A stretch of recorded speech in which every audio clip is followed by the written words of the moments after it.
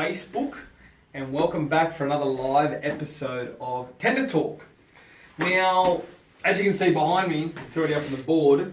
So today's talk, we're going to be talking about variations and what that means for you. So, as usual, I want to get this all shared up because I want to get as many people watching as possible live so we can start the conversations, because, you know, it's not a matter of just having a conversation with myself. You can have conversations amongst yourselves as well too, in about different experiences that you've experienced, if you've already experienced, or if you're going through things like this at the moment, so you can actually all help each other out.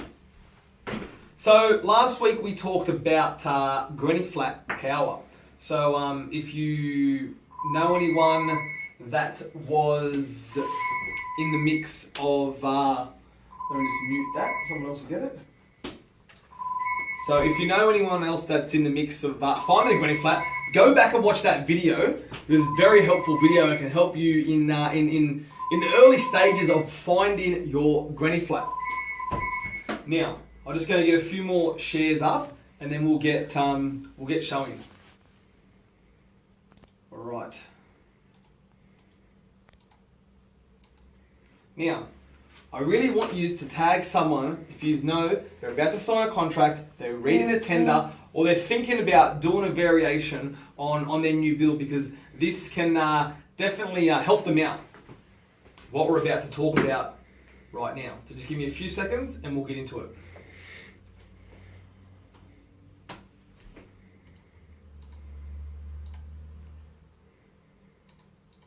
That's what happens when you go live. Sometimes the phones ring. You just can't help it. But we carry on.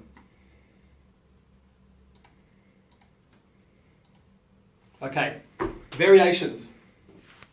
Now, it's just one of those things that you can't really avoid variations when building a new home, because, you know, let's face it, you might only be building one, possibly two houses your entire life. So you really want to get it right. You're not going to be building one every day or every year. It does only come around maybe once or twice in a lifetime, so you really want to make sure you get it right. And it can be very hard to get it right the first time when you're actually choosing things, designing things, where to put a wall, where to put a door, colours, finishes. There's absolutely a lot of things to pick. And you know, you might change your mind, you might be a little bit unsure about some things, but that's just the way it is. So variations do happen.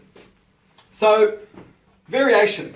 The definition of a variation, if you look at a dictionary, is a change or a slight difference in condition, amount, or level. Now, what the HIA considers a variation in the HIA contracts: an admission, addition, or change to the building works. B, a change in the manner of carrying out the building works.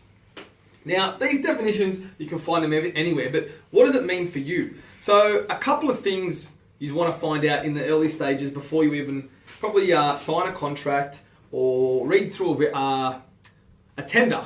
You want to find out a couple of things. So the first thing is, will your builder, first of all, allow variations? Because a lot of builders may not allow you to actually make variations to the contract, because it's going to slow down the process, and it might cost them money that they just don't want to spend. So you really got to find out, are you allowed to make variations?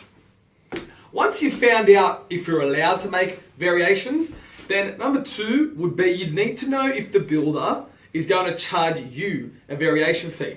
Now, don't get this confused with the actual cost of the variation. So let's say, for example, that you want to change or upgrade the bricks, for example, and let's say it's going to cost $1,000. So yes, you'll get charged the difference, which is $1,000, but is then the builder going to put an actual variation fee? So they might charge $250 per variation, they might charge $500 a variation, $1,000, and so on and so on. They may even have different variations levels, depending on what the variation is. Could depend on how much you're going to be charged as an administration fee. So number one, find out if you're allowed to make variations. Number two, find out if their builder will be charging you for the variations. Now, a lot of builders work in different types. Some of them may allow, some of them don't allow.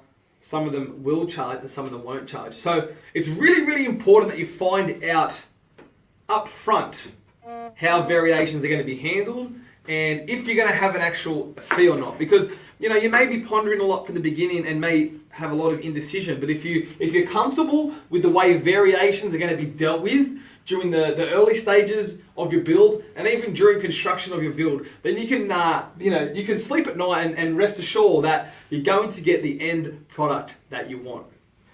All right, guys. So once again, in the comments below, I'd love to know how your variations are being handled.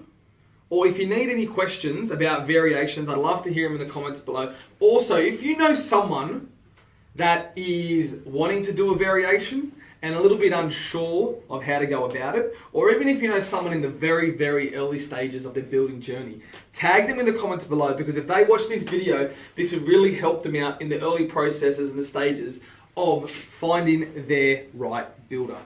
Alright guys, so thanks for joining me on another episode of Tender Talk Live. We'll catch us next week. Thanks for watching. Bye for now.